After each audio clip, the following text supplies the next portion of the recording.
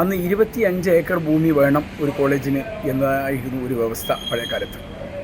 അങ്ങനെയാണ് 22 ഏക്കർ സ്ഥലം അവർ വില കൊടുത്ത് വാങ്ങിയത്. നാട്ടുകാർ പിരിവെടുത്ത് വിയർപ്പൊഴുക്കി കഷ്ടപ്പെട്ട് വാങ്ങിയത്. മലയാളം സർവകലാശാലയ്ക്ക് പ്രവർത്തിക്കാനും 20 ഏക്കർ ഭൂമിയാണ് ഇപ്പോൾ വേണ്ടത്. എന്നാൽ സർവകലാശാലയ്ക്ക് അതിനാവശ്യമായി ഭൂമിയില്ല എന്നുള്ളതാണ് വസ്തുത.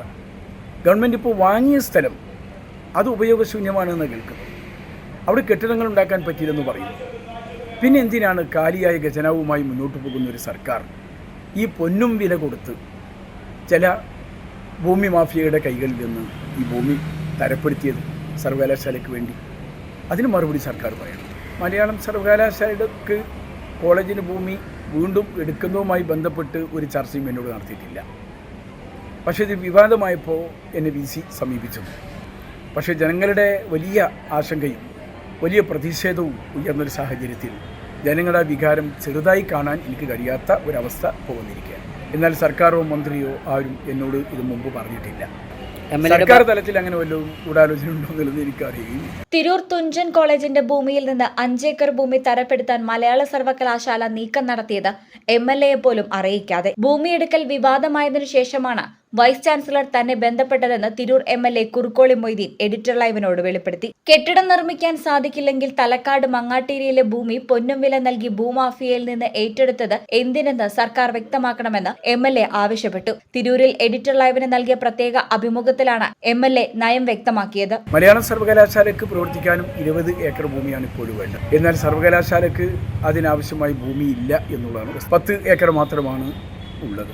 5 ഏക്കർ മലയാളം സർവകലാശാല ഇപ്പോൾ പ്രവർത്തിക്കുന്ന ആസ്ഥാനം പ്രവർത്തിക്കുന്ന സ്ഥലം തുഞ്ചൻ കോളേജിൻ്റെതാണ്. അത് തിരിച്ചു കൊടുക്കാമെന്ന വ്യവസ്ഥ ഉണ്ടെങ്കിൽ പോലും അതുകൂടി പരിഗണിച്ചാൽ 15 ഏക്കറാകും. 5 ഏക്കർ ഭൂമി കൂടി കിട്ടിയാൽ മാത്രമേ നാക്കിൻ്റെ അംഗീകാരവും മറ്റു കാര്യങ്ങളൊക്കെ നേടിയെടുക്കണമെങ്കിൽ മലയാള സർവകലാശാലയ്ക്ക് അനിവാര്യമായും സ്ഥലം ആവശ്യമാണ്. അത് കൊടുക്കേണ്ട, അതിന് സാധ്യമാക്കേണ്ട ചുമതല ഗവൺമെന്റിനുള്ളത്. ഗവൺമെന്റ് ഇപ്പോൾ വാങ്ങിയ സ്ഥലം അത് ഉപയോഗശൂന്യമാണെന്നെങ്കിൽ അവിടെ കെട്ടിടങ്ങൾ ഉണ്ടാക്കാൻ പറ്റിയില്ലെന്ന് പറയുന്നു. പിന്നെ എന്തിനാണ് കാലിയായ ഖജനാവുമായി മുന്നോട്ട് പോകുന്ന ഒരു സർക്കാർ ഈ പൊന്നും വില കൊടുത്ത് ചില ഭൂമി മാഫിയയുടെ കൈകളിൽ നിന്ന് ഈ ഭൂമി തരപ്പെടുത്തിയത് സർവകലാശാലയ്ക്ക് വേണ്ടി? അതിന് മറുപടി സർക്കാർ. അതുകൊണ്ട് ആ ഭൂമിയെ ഉപയോഗപ്പെടുത്താനുള്ള ശ്രമമാണ് നടത്തേണ്ടത്. എന്നാൽ അത് പോരാ, സ്ഥലം അത് ഉപയോഗിച്ചാൽ പോലും 5 ഏക്കറുടെ കമ്മിയുണ്ട്. അത് ലഭ്യമാക്കാൻ സർക്കാർ നേതൃത്വം. സാമ്പത്തിക പരാധീനത സർക്കാരിനുണ്ടെന്നുള്ള ഞങ്ങൾക്കൊക്കെ അറിയാം. നാട്ടിലെ ക്ഷേമ കാര്യങ്ങളുടെ വിഷയങ്ങൾ പോലും തടഞ്ഞു കിടക്കുന്ന ഒരു സന്ദർഭത്തിൽ സർക്കാരിനെ പണം തരൂ എന്ന് പറഞ്ഞ് സർക്കാരിനെ സമീപിച്ചിട്ട് പണമൊന്നും കിട്ടിയില്ലെന്ന് ഞങ്ങൾക്കറിയാം. എന്നാൽ സർക്കാർ ഈ സർവകലാശാലയ്ക്ക് കെട്ടിടം ഉണ്ടാക്കാൻ ആസ്ഥാന മന്ദിരത്തിന് വേണ്ടി 20 കോടി രൂപ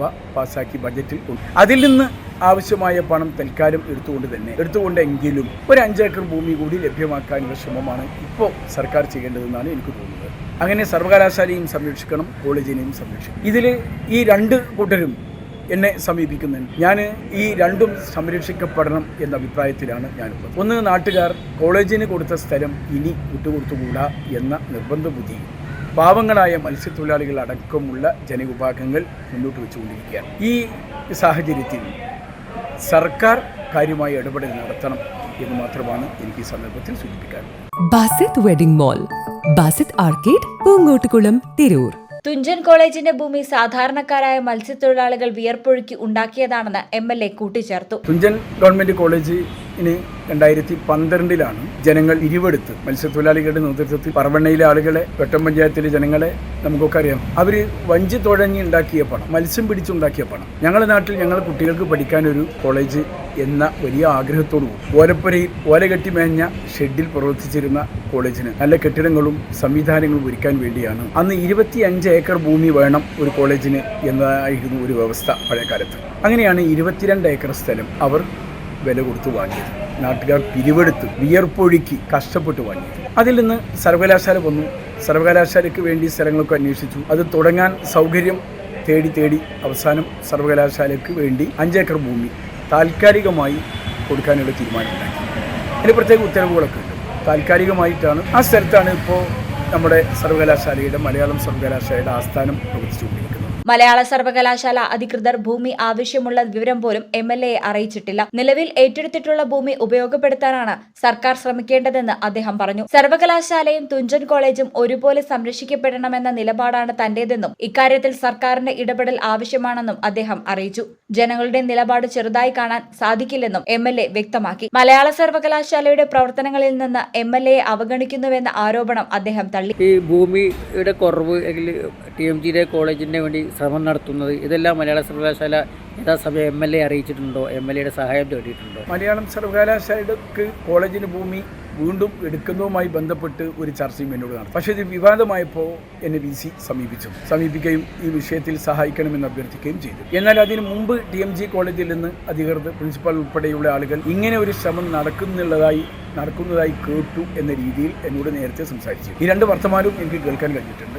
ഞാൻ ഇത് രണ്ടും രമ്യമായി പരിഹരിച്ചു പോകാനുള്ള ശ്രമത്തിലായിരുന്നു. പക്ഷേ ജനങ്ങളുടെ വലിയ ആശങ്കയും വലിയ പ്രതിഷേധവും ഉയർന്നൊരു സാഹചര്യത്തിൽ ജനങ്ങളുടെ വികാരം ചെറുതായി കാണാൻ എനിക്ക് കഴിയാത്ത ഒരവസ്ഥ പോകുന്നിരിക്കും. മന്ത്രി തലത്തിൽ ഒരു മീറ്റിംഗ് നടന്നതായും അവിടെ വെച്ച് ഇതിനു വേണ്ടി ഒരു ഉപസമിതി ഉണ്ടാക്കിയതായും ഒക്കെ VCയുടെ സംസാരത്തിൽ നിന്ന് എനിക്കറിയാൻ കഴിയും. എന്നാൽ സർക്കാരോ മന്ത്രിയോ ആരും എന്നോട് ഇത് മുമ്പ് പറഞ്ഞിട്ടില്ല. ശരിക്കും MLA കൂടി ഉൾപ്പെടുത്തിയല്ലേ ഇത്തരം നീക്കങ്ങൾ നടത്തേണ്ടത് അങ്ങനെ തന്നെയാണ്. പക്ഷെ അത് സർക്കാർ എന്താണ് ഒളിപ്പിച്ചു വെച്ചത് എന്ന് എനിക്കറിയില്ല. ഈ സർവകലാശാലയുടെ വികസന പ്രവർത്തനങ്ങൾ MLA തഴയുന്നു എന്നൊരു പൊതു സംസാരം പരക്കെയുണ്ട്. എന്താണ് MLAയുടെ പ്രതികരണം? അങ്ങനെ ഉണ്ടോയെന്ന് എനിക്ക് തോന്നുന്നില്ല. പക്ഷേ ഈ വിഷയം എന്നോട് ചർച്ച ചെയ്തിട്ടില്ല.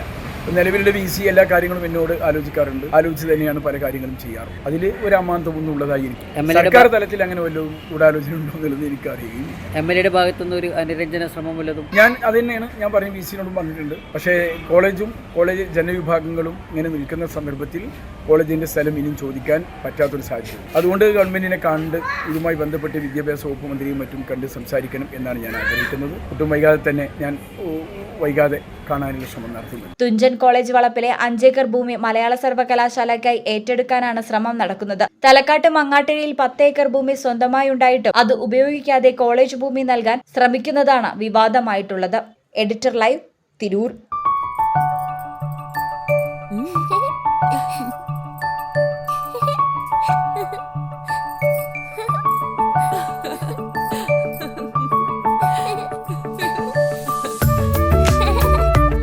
ചില നോട്ടങ്ങൾ പറയാതെ പറയുന്ന ഓർമ്മകളാണ്. ആ ഓർമ്മകൾ എനിക്ക് സമ്മാനിച്ചതെല്ലാം വിലപ്പെട്ടതുമാണ്. ബാല്യം മുതൽ മൂല്യമുള്ള ഇഷ്ടങ്ങളെ എന്നെക്കാളും അറിയുന്ന എന്റെ കുടുംബവും വിശ്വാസത്തിന്റെ മുഖമുള്ള ബാസിത് വെഡിംഗ് മോൾ പോലെ എത്രയോ സുന്ദരമാണ്. അതെപ്പോഴും കൂടെ ഉണ്ടാവുമെന്നത് ഞങ്ങളുടെ തീരുമാനമാണ്. ആ തീരുമാനം നിങ്ങളുടെ ഇഷ്ടങ്ങളാവട്ടെ.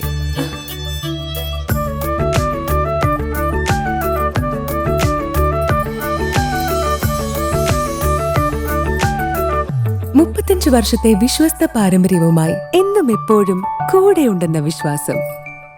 Basit wedding mall, Basith arcade, Poonkottukulam, Tirur.